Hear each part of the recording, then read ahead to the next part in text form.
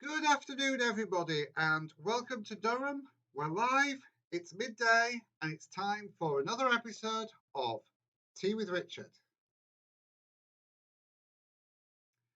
Hey there, my name's Richard Hornby, and we're here live from Durham for another episode of Tea with Richard.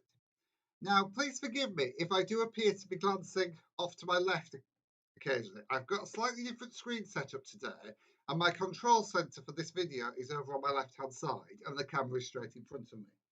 So please do forgive me if I keep glancing to the left, because that's where all the information, including the graphics and the sounds and everything like that is.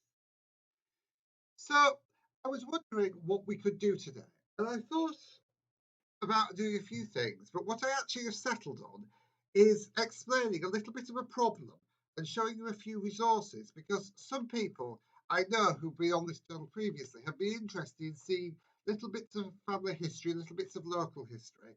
I'm quite interested in it, and I thought I'd just show you a little problem that I came up with a few months ago, really, and how I went about finding the solution, and perhaps showing you something that you might be interested in doing in your local area. So without further ado, I will set up the problem, and to do this, I'm going to switch to an inset camera. So I'm going to appear down in the bottom corner, and you're going to see what I can see on the screen. So if all goes well, hopefully this will show you an extract from the UK Census for the year 1851. Now, I blacked out the names, obviously, just because I don't really want people to see all the different names, because some people might have issues with privacy of documents like this.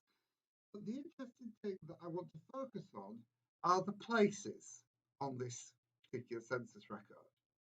Now, for those of you who haven't seen a census record before, I'm just zooming in slightly so you can hopefully see. Let's just do it manually. And if we look in the top left-hand corner, you can see the township or the parish that the census record is for. Now, this one here is for Quarrington in County Durham. Quarrington still exists today.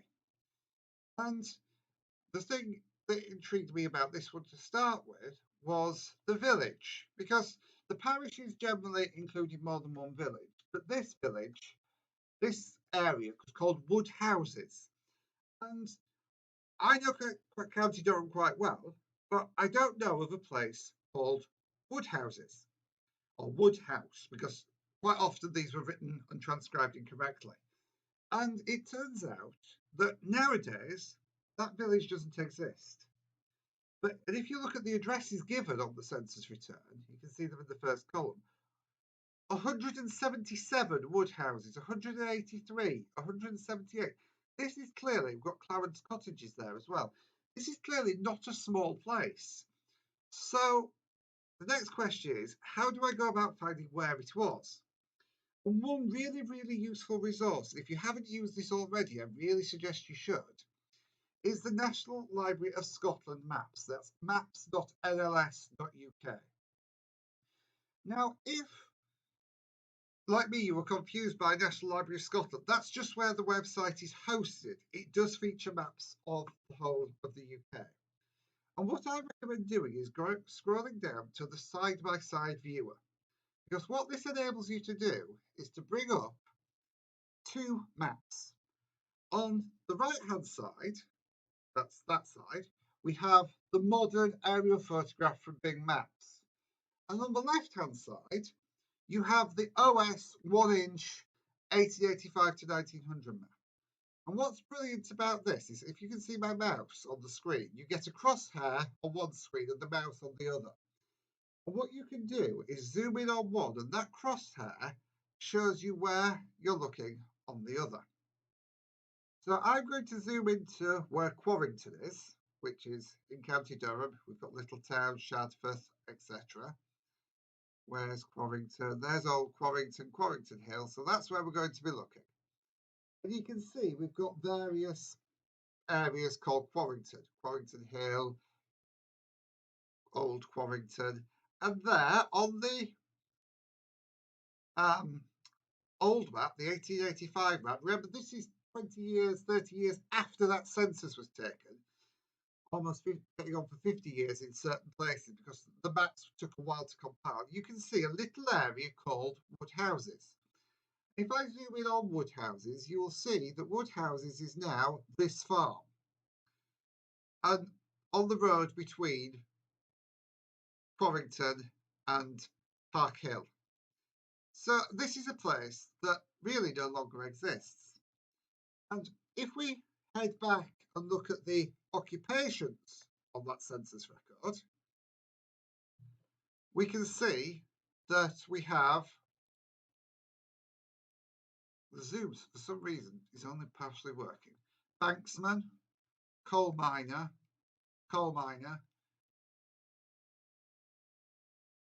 We've got some domestic roles down there. Coal onsetter there. We've got also what looks like a waiter and a scholar, but I suspect, as you can see, those are younger people. A plate layer, and so on. And obviously, those are mining related occupations.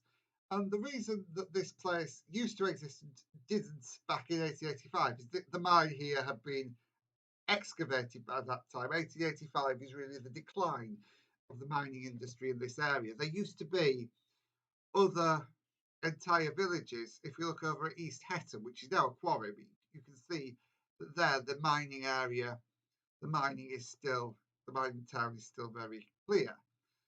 But this was on the decline of mining in this area. So wood houses is no more, but it's quite easy to find on a map because the name is still similar. One place, though, intrigued me when I was looking at this census record. And it's this place here. This person said that they were born in a place that looks like Standy Lone. And one thing to think about when you're looking at these is these enumerators went round, knocked on your door and said, "Where were you born?" And they had to write down, to the best of their abilities, what the person said. And if you try and search a map for Standy Lone, written and spelt like that, you'll struggle because that place doesn't exist. And what we need to find is a place on a map that sounds like Standy Lone. And, well, that's quite hard to find a place on a map that sounds like something else. But it is possible, and literally you just have to look around. Unfortunately, people didn't move very far because you'll be able to see on the historic map a little place called Standalone, or rather Standalone, which was a set of cottages that used to exist just here near Tersdale. There it is, you can see it on the old map, Standalone. And if I zoom in now, you'll see that that cottage is basically directly under the A688. So that's where this was. And you can see the old road used to go up and have a 90-degree bend in it there. So the old road still exists in that field, in that access road. But the 688, when this was bypassed, went straight through Standalone. And you can also see the old buildings of Tersdale Colliery marked on the map. We've got one, Ramsey Street, that exists to this day, but the remainder are now under the Tersdale Industrial Estate. So if you're looking on a census return, you're trying to find where something might be, and you get a place that you're not sure about, perhaps it's worth looking at these maps, and perhaps it's worth, in fact, trying to find out if there's a place nearby that sounds like place on the census map, because that could likely be the place you're looking for. Now, one other thing I would suggest, and it's quite a fun thing to do, is to go back to these maps and try and find your home or a place near you, and to see how it's changed in the past 150 years. Obviously, you can see that the centre of Durham here has changed quite a bit, because back then you just had Old Elvet Bridge, But now you've got New Elvet Bridge here, the one that's being closed next month for a year, and you've got Milburn Gate Bridge, and this is all previous to that. This is when the A1 ran through the centre of Durham. So it's quite interesting to go and explore what's changed and what's still the same in your local area. So that's something that you can do if you're trying to look at something to do during lockdown. So I hope you've enjoyed that little exploration of a past census return and the areas and places involved in it. If you do enjoy this kind of thing, please let me know, and I might do some more genealogy and geography related videos at some later date. Now, Wednesday's video, as always, will be a walk, and we'll be going back to where we were a couple of weeks ago in Keepier Woods. We started off here and went that way last time. This time we're going to head to the west, over towards this peninsula, to see what we can find. So that will be the walk that you'll see on Wednesday. Now, that sort of almost brings today's episode to an end, but obviously we do have one more thing that we do every session. It's now time for our reflection time.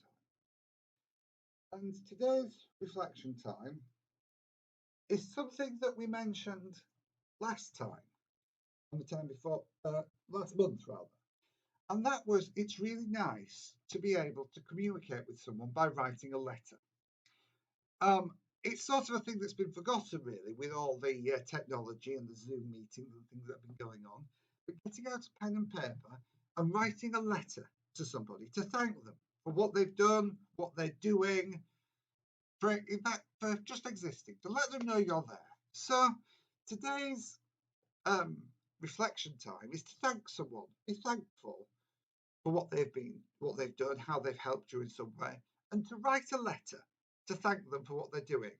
As we said last time we mentioned letter writing, these are non-urgent, so it may be useful to write non-urgent on the envelope if you send it to somebody, but it's to write a letter to thank somebody for what they did. So that is the reflection time for today. As always, I'd like to thank you very much for joining me on this episode. If you would like to see the previous episodes of the series, the link is at the bottom of the screen there, ballard-days.com/t. And if you want to contribute to your corner on Friday's show, as always, get in touch by email. The address ballard-days.com is on the screen now. Thank you very much once again for joining me. And remember, folks, that once you finish having your tea, it's always good to remember to wash your hands, as by doing that, we can beat coronavirus. Thank you very much for joining me, and I'll see you on the walk on Wednesday. Goodbye.